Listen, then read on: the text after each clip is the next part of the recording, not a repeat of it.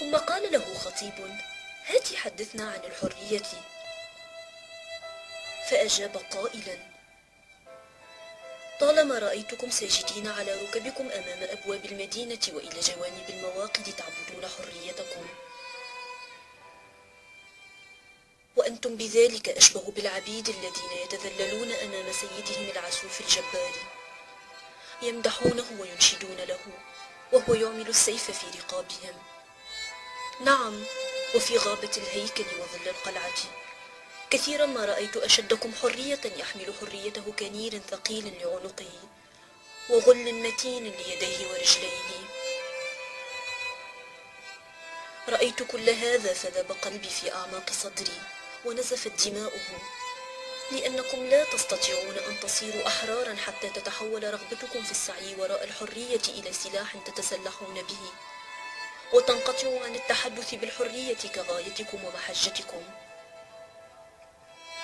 إنكم تصيرون أحرارا بالحقيقة إذا لم تكن أيامكم بلا عمل تعملونه، ولياليكم بلا حاجة تفكرون بها، أو كآبة تتألمون لذكراها.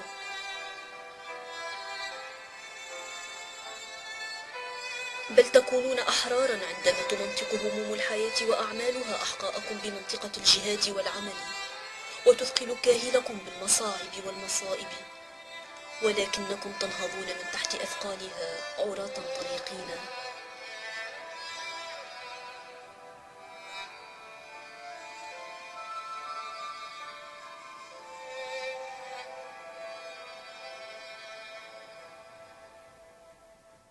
ألا إن ما تسمونه حرية إنما هو بالحقيقة أشد هذه السلاسل قوة، وإن كانت حلقاته تلمع في نور الشمس وتخطف أبصاركم.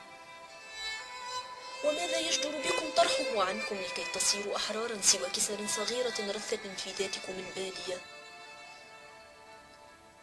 فإن كانت هذه الكسر شريعة جائرة وجب نسخها، لأنها شريعة سطرتها يمينكم وحفرتها على جبينكم،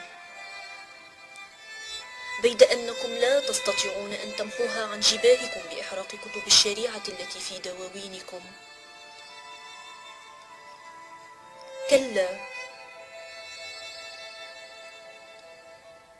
ولا يتم لكم ذلك بغسل جباه قضاتكم ولو سكبتم عليها كل ما في البحار من المياه.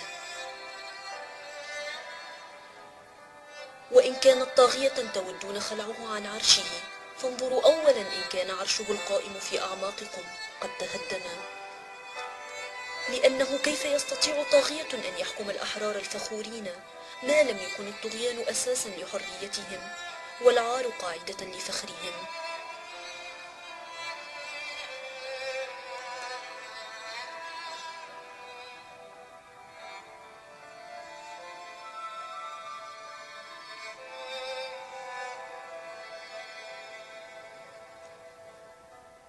وإن كانت هما ترغبون في التخلص منه، فإن ذلك الهم إنما أنتم اخترتموه لأنفسكم ولم يفرضه أحد عليكم.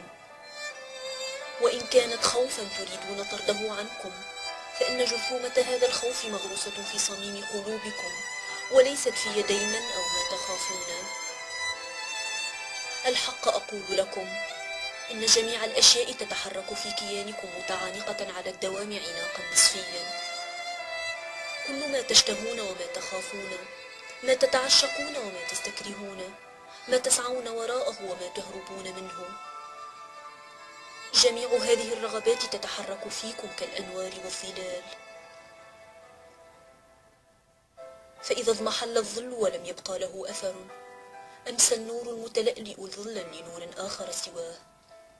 وهكذا الحال في حريتكم، إذا حلت قيودها أمست هي نفسها قيدا لحرية أعظم منها. جبران خليل جبران، النبي.